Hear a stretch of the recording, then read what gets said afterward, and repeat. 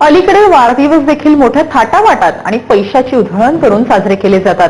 फक्त लहान मुलांचेच वाढदिवस नाही तर अनेक मुलं आपल्या आई वडिलांचे वाढदिवस देखील स्पेशल करण्यासाठी पैशाची उधळपट्टी करतात. मात्र कल्याण मधल्या एका तरुणानं अनोख्या पद्धतीनं आपल्या वडिलांचा वाढदिवस साजरा केलाय. कल्याणमधील व्यावसायिक राजेंद्र घोडके यांचा 57वा वाढदिवस त्यांच्या मुलानं अगदी निराळ्या पद्धतीनं साजरा केलाय.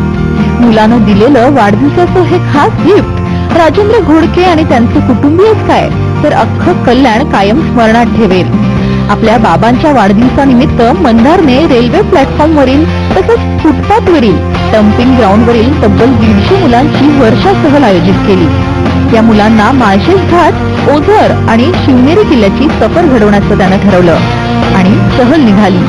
पावसाळी सहलीच्या नावानेच मुलांच्या चेहऱ्यावरचा आनंद ओसंडून वाहत होता. यातली काही मुलं तर अशी आहेत की त्यांना आई बाबा म्हणजे काय, त्यांचं प्रेम काय असतं या नात्याची किंचितही कल्पना नाहीये. समाजातील अशा वंचित मुलांना मायेचा आधार देण्यासाठी, त्यांच्यापासून हिरावलेलं प्रेम पुन्हा त्यांना देण्यासाठी हा समाज आपलाही विचार करतोय ही भावना त्यांच्या मनात रुजवण्यासाठी या अनोख्या उपक्रमाचं मंदारनं आयोजन केलं.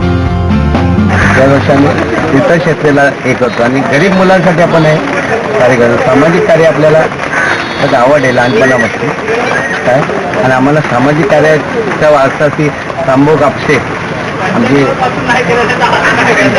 पिताश्री त्यांनी हा आम्हाला दिलेला आहे काय, आणि त्यांच्या आशीर्वादाने आम्ही हा सर्व कार्यक्रम करतो. या गरीब मुलांना कधी सहलीला जाऊ शकत नाही, त्यांना बाहेरची हे माहीत नाही आहे ना काय, सर्व पैसेवाले हे करू शकतात पण गरिबांमध्ये वाढदिवस हा असा आनंद कोण हे देऊ शकत नाही गरिबां मुलांसाठी.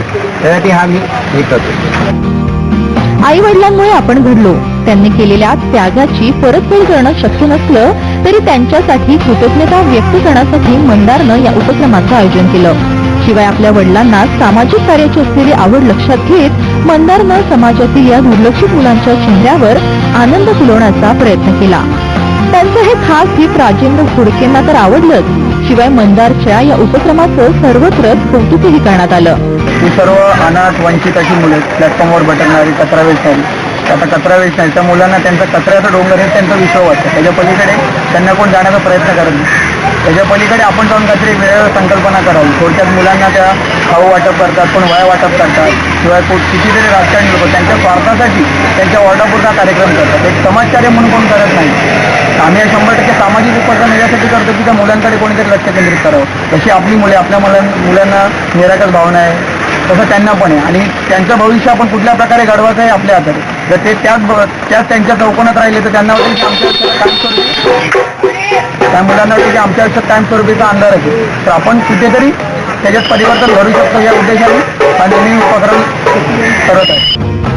एकीकडे लाखोंची उधळण करत वाढदिवस साजरे केले जात असताना दुसरीकडे वडिलांच्या वाढदिवसानिमित्त या लहानग्यांसाठी मंदारनं काढलेली पावसाळी सहल सगळ्यांच्या चेहऱ्यावर आनंद फुलवणारी ठरली आहे. सुदाम गंगावणेसह ब्युरो रिपोर्ट, साम टीव्ही, कल्याण. आणि साम अपडेट मध्ये आता वेळ झाली इथेच थांबण्याची, पण तुम्ही पाहत राहा साम टीव्ही.